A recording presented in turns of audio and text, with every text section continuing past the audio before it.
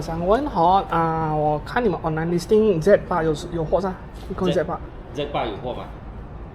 什么？Z8你看，Z8有15,500，来。Z8是哪一个？手。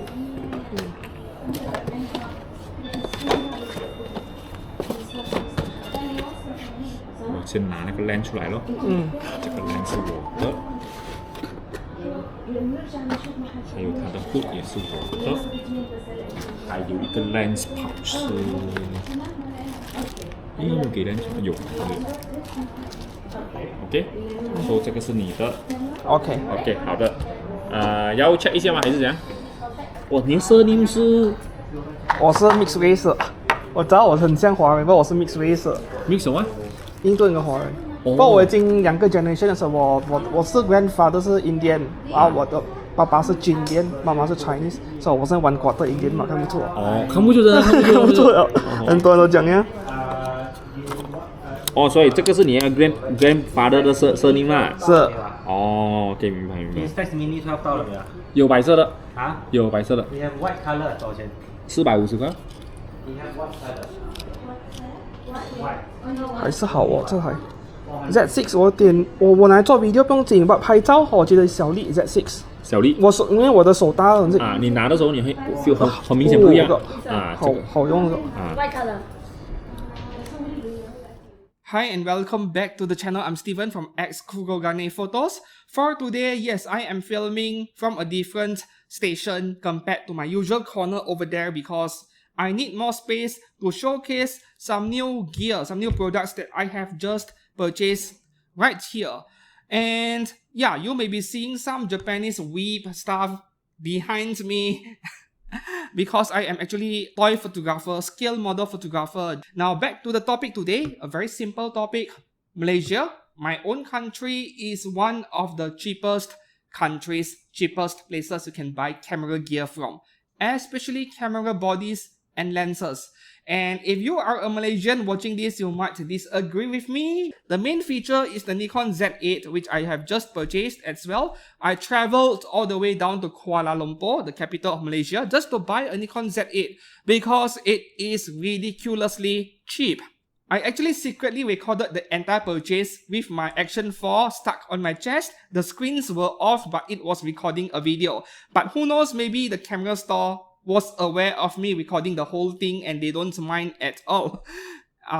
They were very nice people, by the way. They were from L-Tech Camera. This is where I purchased the camera from. L-Tech Camera is in the 6th floor of Berjaya Times Square shopping mall in Kuala Lumpur.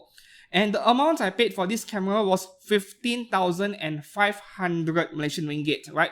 So back in early August, the exchange rate of the US dollar to Malaysian ringgit was around 4.7, making this a 3,300 US dollar camera, brand new, including taxes. So this Nikon Z8 was launched last year, a year ago, for 4,000 US dollars. And then there were small sales going around, selling for 3,800, 3,700 US dollars. But this is 3,300 US dollars, brand new, original warranty in Malaysia, including our 10% sales tax, right? So if there was no tax in the first place, this is only a 3,000 US dollar camera. But at the time of recording this video, 10th of September, yeah, I filmed my videos very early in time. At the time of recording this video, the exchange rate has improved a lot from my perspective, and that makes it a 3,500 US dollar camera today compared to the US dollar in September, just more than a month later. And even at 3,500 US dollar, this is still a lower price than most other countries are selling this thing for. So let's say you're watching this from the EU, you are from Europe, you are from, who knows, Germany or UK, and you are planning to visit Malaysia for a vacation. Head over here and buy some camera gear. Of course, if you don't mind the warranty part, right? You go back to your own country, the warranty is no longer there. If you don't mind about that thing, Malaysia is a great place to buy camera gear. I will be using this camera extensively in the coming months, and until I used it enough, I won't be reviewing it yet, right? I am planning to replace my Nikon Z30, which is this second camera over here, with a Canon R8.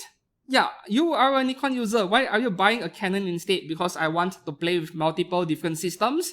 I do have camera gear. It is not with me right now, but those are just DSLRs. I don't have a Canon RF body yet. And I'm thinking of buying the Canon R8 to replace my Z30 because the R8 is capable of 4K 60 video with no crop. And the cheapest Nikon camera that has 4K 60 with no crop is the Z6 III, which is like $2,500 US, over 12,000 Malaysian ringgit, which is too much for a B cam, you know. I don't want to spend so much money on the B cam, so I'm taking a good look at the Canon R8. No IBIS is not an issue because I will be using the R8 on a tripod most of the time, filming A-rolls, and 4K 60 is for the occasional B-roll, which I'll be filming like 20-30 seconds worth of footage. So I'm not too worried about overheating as long as it does not overheat in 4K 30, which is a problem with the Nikon Z30. It might shut down on me any moment right now, but that is fine. I don't know about you guys, but this is freaking cheap compared to the prices I have seen in the UK, in Germany, in Australia, and pretty much everywhere else. And I do have friends over in Hong Kong telling me, at least for Nikon gear, Hong Kong is more expensive than in Malaysia, unless you buy grey import stuff, of course. Also, the Nikon Z6 that is filming me right now, how much did I pay for one back in year 2020? Which was, yeah, almost 4 years ago. I purchased it to start a YouTube channel.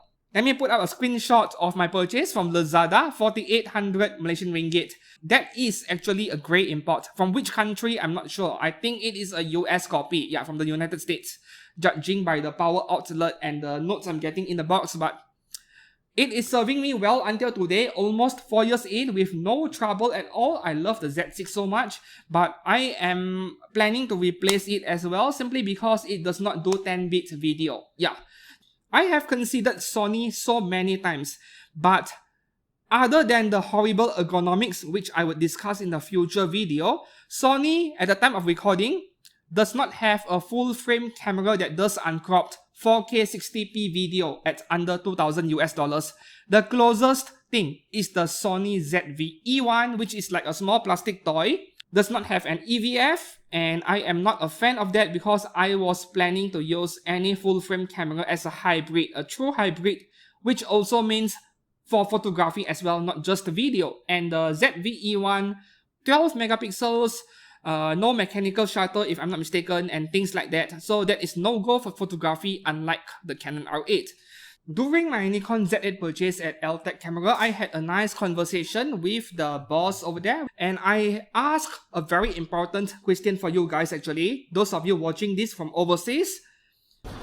我问你好像我朋友外国朋友他们来这边马来西亚买相机哈，如果有那个 official receipt， 他们在 TLAA 能不能 claim 回来 tax？ 不能，马来西亚没有了。哦，马来西亚没有了。因为早期的时候那个巴格达哈拉班尼的时候就 abolish 掉了嘛 GST。哦。然后过后他又在 announce 回的时候是 announce on certain item 罢了，像 service groceries 衣服那些东西好像是有。哦。过后呢，我们 electronic 是没有。